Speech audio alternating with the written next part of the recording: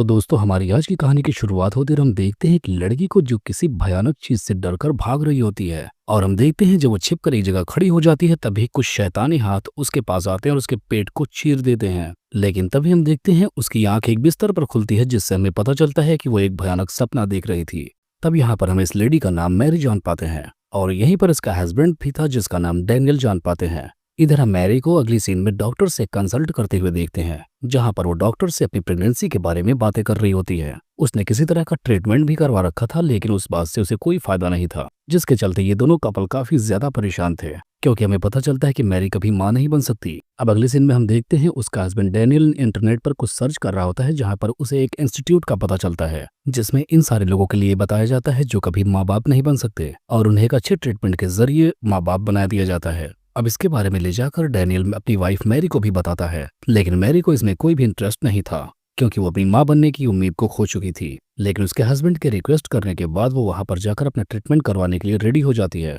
अब हम देखते हैं अगले ही दिन ये दोनों वहां के लिए निकल जाते हैं और लंबा सफर तय करने के बाद ये दोनों उस इंस्टीट्यूट तक पहुंच ही जाते हैं। यहाँ पर इनका वेलकम एक लेडी आकर करती है लेकिन देखने में लगता है कि ये इंस्टीट्यूट काफी ज्यादा घने जंगलों के बीच में बना है। अब इसके अंदर पहुंचने के बाद इन्हें यहाँ के कस्टम्स दिए जाते हैं। अब यहाँ पर ये दोनों और भी लोगों से मिलते हैं जो अपने माँ बाप बनने की उम्मीद खो चुके थे और ये सारे लोग अपनी एक आखिरी उम्मीद लेकर इस इंस्टीट्यूट तक आए थे। अब यहाँ पर ये सारे लोग मिलकर बातें कर रहे होते हैं लेकिन तब तक वहाँ के डॉक्टर आर्थर लैंड आ जाते हैं और इन्हीं के नाम पर यह हॉस्पिटल भी चल रहा था जिसका नाम था आर्थर लैंड। यहाँ पर ये डॉक्टर बताता है कि यहाँ पर आप सबको सिर्फ हेल्थी चीजें खाने को दी जाएंगी। अब हम देखते हैं तभी एक असिस्टेंट आकर डैनियल को एक ड्रिंक देती है जो कि एनर्जी ड्रिंक होती है लेकिन डैनियल उसे पीने से मना कर देता है लेकिन वो डॉक्टर उसे वो पीने के लिए कहता है, जिसके बाद चेस करके मैरी और डैनियल दोनों एक ड्रिंक पी लेते हैं और ऐसा करते हुए इन्हें ये डॉक्टर बहुत ही अजीब तरह से देख रहा होता है। अब इसके बाद डैनियल डॉक्टर से बच्चों के बारे में पूछता है जिस पर डॉक्टर बताता है कि उसका कोई भी बच्चा नहीं है। ऐसा सुनकर मैरी को थोड़ा बुरा फील होता है। अब हम देखते हैं सारे लोग डिनर करके वहां से चले जाते हैं लेकिन हम देखते हैं डैनियल जब बाहर जाता है तो उसे लगता है कि उसे कुछ नशा जैसा हुआ है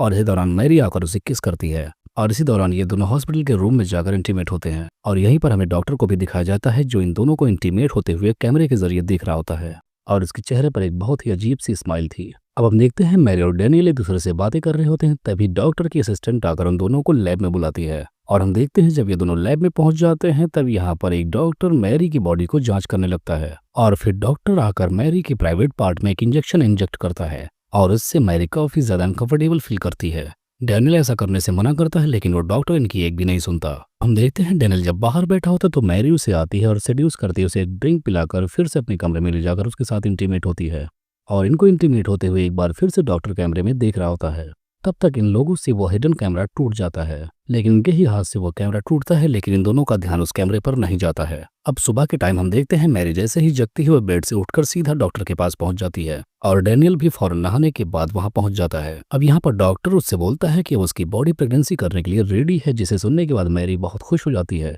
अब इधर हम देखते हैं डैनियल डॉक्टर से बोलता है कि उसे काफी ज्यादा वीकनेस हो रही है। उसे शक था कि कुछ वो लोग ड्रिंक में मिलाकर कहीं नहीं देते लेकिन डॉक्टर उसे कुछ भी नहीं कहता, जिसके बाद डैनियल शक भरी निगाहों से उसे देखते हुए वहां से चला जाता है। अब की बार हम देखते हैं डैनियल फौरन अपनी वाइफ के पास पहुंचता है और उसे बुलाकर बोलता है कि यहाँ पर बहुत सारी अजीब अजीब चीजें फील कर रहा है और ये भी बोलता है कि ये डॉक्टर हमारे सारे मूव्स पर नजर बनाया है लेकिन मैरी उसकी बातों पर विश्वास नहीं करती। अब रात का वक्त दिखाया जाता है जहाँ पर बहुत सारे लोग एंजॉय कर रहे थे लेकिन तब तक डैनियल अपनी वाइफ को छोड़कर आर्थर के रूम में चला जाता है और उसके ऑफिस को अच्छे से चेक करने लगता है और जब डैनियल आर्थर के कंप्यूटर को चेक करता है तब उसे पता चलता है कि डॉक्टर ने सारे रूम्स में प्राइवेट कैमरे लगा रखे हैं, यहाँ तक कि उनके बेडरूम में भी एक कैमरा लगा है। अब ये बात डैनियल फौरन जाकर अपनी वाइफ मैरी को बताता है लेकिन मैरी को अब तक उसकी बातों पर यकीन नहीं था और उल्टा वो अपने हस्बैंड पर ही गुस्सा होने लगती है। अब हम देखते हैं आज रात फिर से डैनियल अपने बिस्तर से उठता है और चुपचाप बाहर चला जाता है लेकिन अब की बार वहां पर ऑलरेडी डॉक्टर आर्थर होता है और यहाँ इन दोनों के बीच बहुत ही भयंकर बहस होती है। तभी डॉक्टर की असिस्टेंट आकर डैनियल के गले में एक इंजेक्शन मार देती है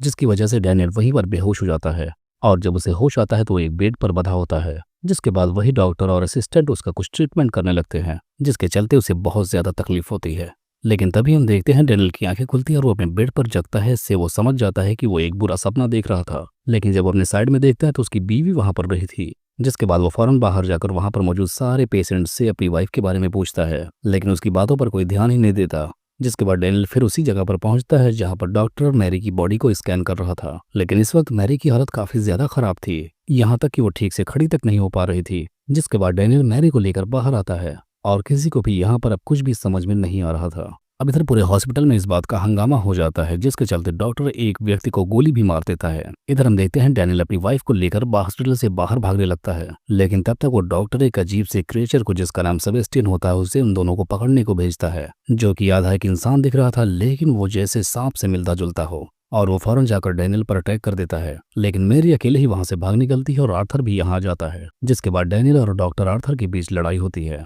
जिसमें डैनियल पिस्टल चलाकर डॉक्टर आर्थर को बेहोश कर देता है। जिसके बाद मैरी भागते भागते एक दूसरी जगह तक पहुंच जाती है और वहां से एक आदमी निकलता है। जिसके बाद मैरी रोते हुए इस आदमी को अपनी सारी प्रॉब्लम्स बताती है, लेकिन ये आदमी मैरी की किसी भी बात का भरोसा नहीं करता। लेकिन तब तक वहां पर सेबेस्टियन आकर उस आदमी को मार देता है। अब वो मैरी पर अटैक करने ही वाला था, इससे पहले डैनियल आकर उसे बचा लेता है। अब वो अपनी वाइफ को लेकर फिर से भागना शुरू करता है और एक रोड तक आ जाता है, जहां पर इन्हें सामने से एक कार आती हुई नजर आती है। अब उस कार से लिफ्ट मांगने के लिए ये दोनों उस कार को देखकर काफी ज्यादा खुश होते हैं, लेकिन तभी वो कार उनसे पहले रुक जाती है, जिसमें से एक बड़ा सा आदमी निकलकर उनके सामने आता है और डैनियल का सर पकड़कर उसे ऊपर उठा देता है। और वो सर इतनी तेज से दबाता है कि डैनियल का सर फट जाता है, जिससे डैनियल मारा जाता है। अब वो आदमी अब मैरी के साथ भी वही करने वाला था, लेकिन तब तक डॉक्टर आर्थर वहां आकर उस आदमी को रोक देता है। जिसके बाद वो दोनों मिलकर मैरी को वहां से ले जाते हैं। अब यहाँ से सीन कट होता है, जिसके बाद हमें मैरी को दिखाया जाता है, जो बहुत सारे डॉक्टर्स और दरिंदों के बीच यहाँ पर लेटी हुई थी। अब हम देखते हैं डॉक्टर आर्थर मैरी के पेट को चीरकर उसमें से एक बच्चे को बाहर निकालता है, और जब मैरी अपने बच्चे को देखकर उसकी तरफ हाथ बढ़ाती है तो उस बेबी की उंगलियां अपने आप बढ़ती हुई मैरी की तरफ आने लगती हैं, और वो बढ़ती हुई मैरी की हाथ को फोल्ड कर लेती हैं। और बस इसी को दिखाते हुए इस कहानी का यहीं पर एंड हो जाता है।